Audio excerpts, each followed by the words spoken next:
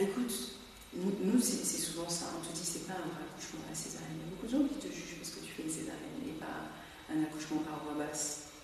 C'est terrible. Donc oui, mais toi t'as pas vécu le vrai accouchement.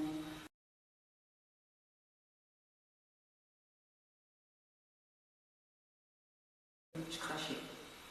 Je pouvais cracher 1,5 litre de salive par jour, donc c'était assez désagréable. Donc j'avais une bouteille que je cachais. Il y avait une grande sœur qui m'avait dit donc prends comme des trucs de coca pour pas qu'on voit. Donc les gens avaient toujours l'impression que j'étais en train de boire, mais je n'arrivais plus à avaler ma salive sans avoir de nausée. Donc après j'ai commencé à utiliser des amandes, des noix qui me permettaient voilà. Et le lendemain, ça s'est arrêté, ça a été un soulagement pour moi. Je pense que ce qui a été le plus difficile, c'est que je suis tombée enceinte donc, en 2010 et en 2011, il y a eu donc les gros troubles en Côte d'Ivoire.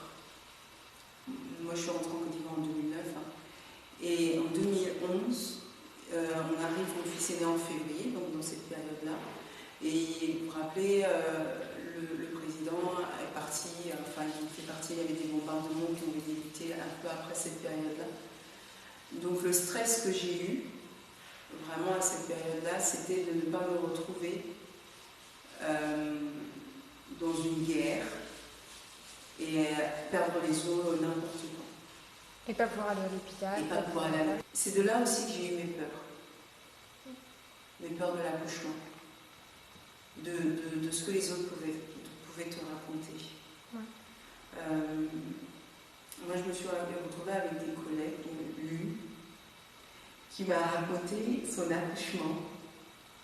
En fait, si elle finit de te raconter, je ne veux plus accoucher. Elle m'a juste dit, oui, donc moi, quand je suis tombée enceinte, tout ça, après l'enfant, je ne voulais pas sortir. Donc la sage-femme est montée sur mon ventre, elle a appuyé. Donc évidemment, ça a déchiré en bas. Donc j'ai beaucoup saigné, j'ai failli mourir ce jour-là. Je n'avais pas porté un enfant. Donc je ne savais pas qu'est-ce qu'il fallait en faire. Il faut tenir un peu la tête. Donc elle me montrait un peu.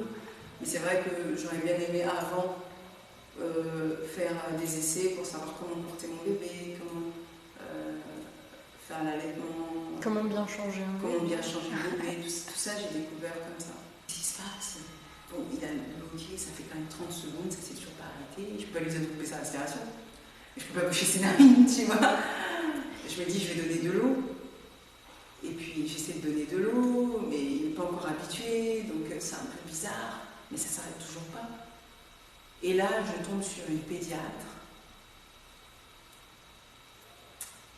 qui est une pédiatre, je sais pas si c'est une pédiatre des temps modernes, mais en gros, une nana, quoi, qui est un peu genre, ça va, qu'est-ce que t'as à me fatiguer, l'enfant il va dire ok, bah, ça va passer, quoi.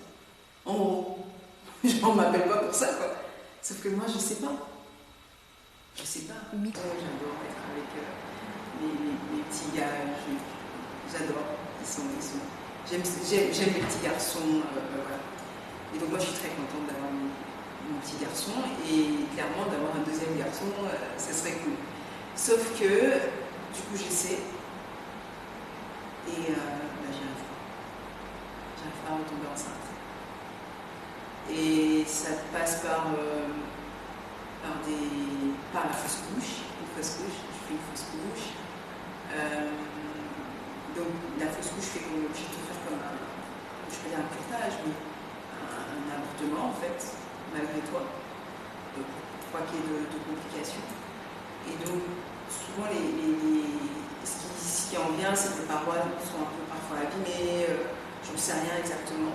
Mais du coup, tu as un peu de mal aussi, ça peut arriver.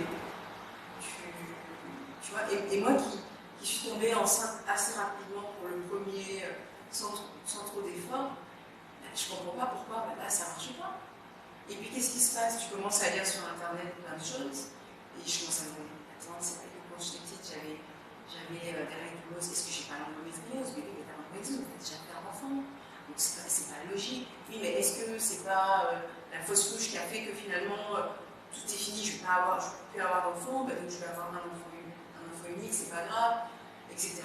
Bref, tu prends des hormones, etc. Et puis, je rigole parfois, enfin c'est pas drôle, mais quand je vois des... Et ça, je tiens à ce que tu le mettes dans mon reportage, pour les femmes qui veulent avoir des enfants.